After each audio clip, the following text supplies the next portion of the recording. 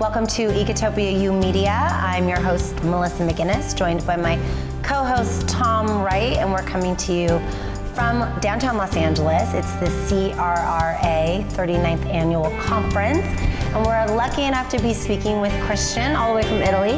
Hi. Nice to see you. Nice seeing you. Tell us what you're doing here at this conference. I'm attending conferences about waste management, specifically food waste in the United States since 2008. So it's becoming a long time now.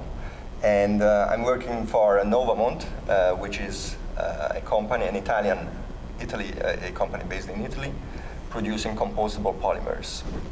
And this compostable resin is used mainly to produce bags for collecting food waste that can be composted along with the food waste. How is a polymer compostable? What's it made from?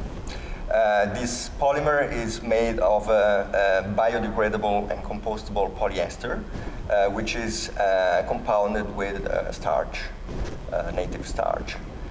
So it's a resin which has properties and features similar to conventional plastics, but the difference is that it is also food for the microorganisms that live in the soil or that are active in the composting process. So basically it gets completely converted into CO2 and water and compost at the end of the process. Brilliant, right? It is brilliant. And what's the main use of the resin, and what's the name of the resin? So the name of the resin is Materbi. It's a brand name. It's a brand name, yeah. And basically in Italian it means materiale biodegradabile.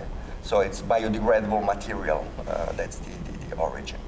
And it was, the company started in 1989, so it's now more than 25 years.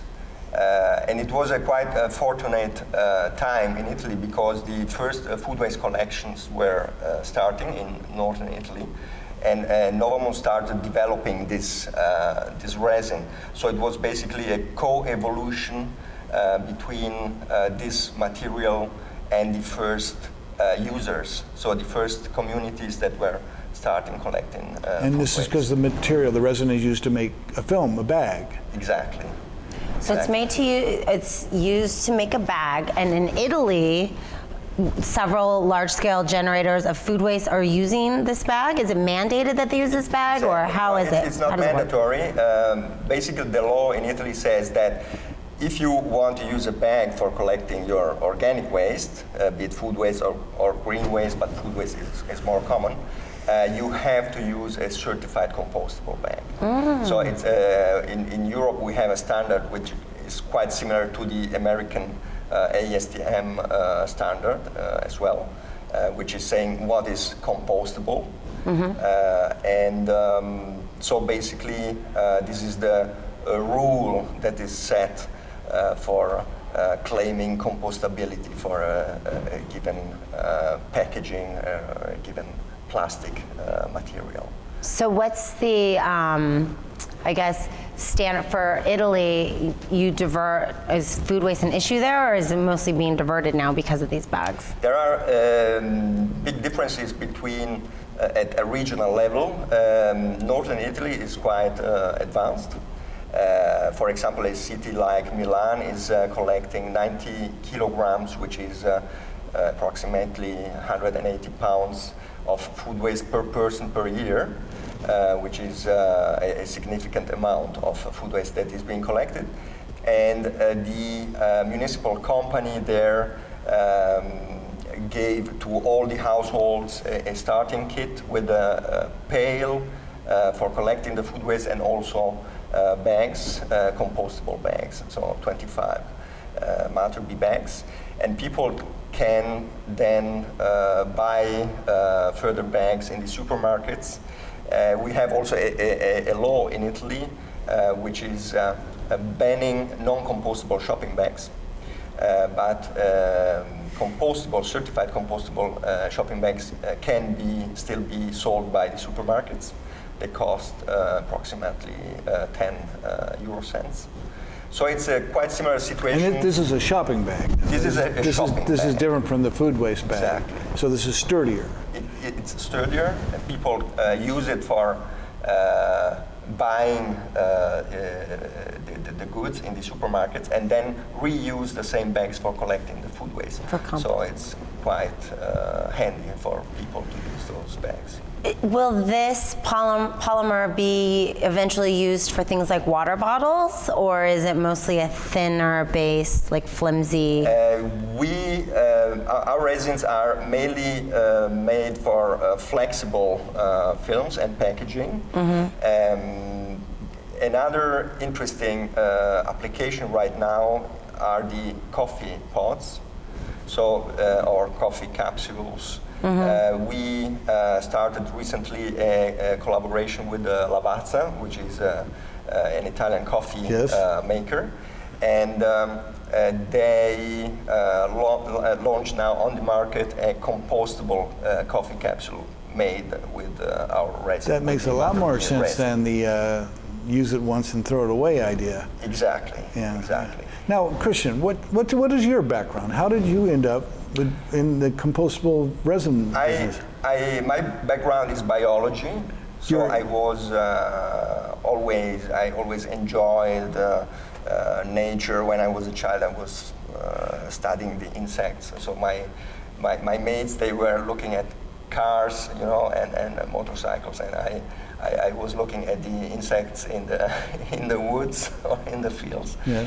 And I studied also marine biology. Okay. And then I got also in contact with the waste management issues. Waste is not waste, it's resources. So also natural cycles. So this kind of job, I thought it would fit very well in my overall vision of the world. And I think we really need now this shift towards looking also at our economy in a more circular way. We need to close loops, and we need lots of ideas and to become active. You mean the economy should act like it's a living system? Exactly. Economy should act more closely to nature and act like nature does. Yes. And nature does also a lot of waste, but this waste gets actually completely recycled, and we should act the same way. So you would think it'd be more economical to act that way too. It would be very much economical, yes. So are your bags being sold here in the United States? Are they available? Do we use them already and I don't know about it? We sell the resin, and we have customers, clients, producing the bags in the United States. And we will soon be starting also producing the resin in the U.S. Well, that's interesting. And the brand, I think the brand name is, one of the brand names most often we see is BioBag.